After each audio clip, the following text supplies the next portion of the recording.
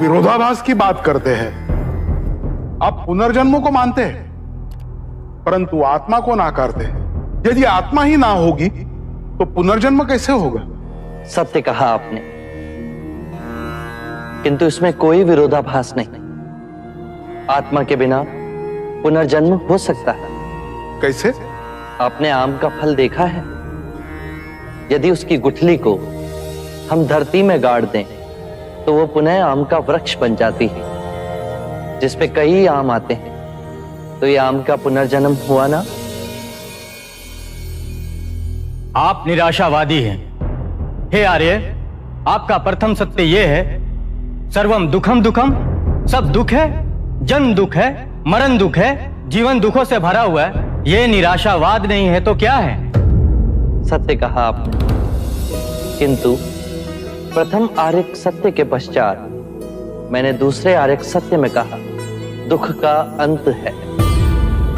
दुख के अंत की बात करने के लिए मैंने दुख की प्रथम बात की।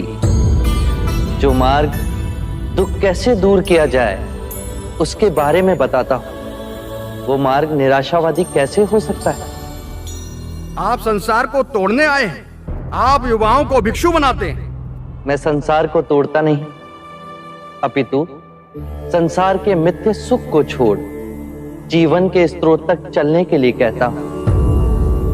इस पथ पर चलने के लिए बहुत शक्ति चाहिए। इस पर केवल महावीर ही चल सकते हैं। इस अथाह संसार में हाथ में भिक्षा पात्र लिए हर क्षण में स्वयं को केंद्रित करना नग्न तलवार की तेज धार पर चलने के समान।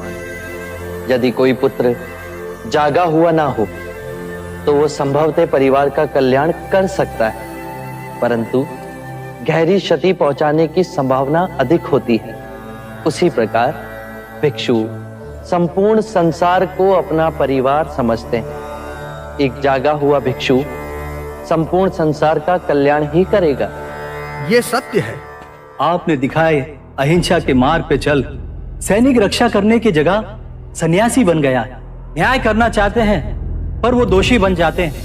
सत्य कहा आपने, किंतु अहिंसा रूपांतरण है। हिंसा से हिंसा को समाप्त नहीं किया जा सकता। हिंसा प्रेम से समाप्त की जा सकती है और यही प्रकृति का अटल नियम है।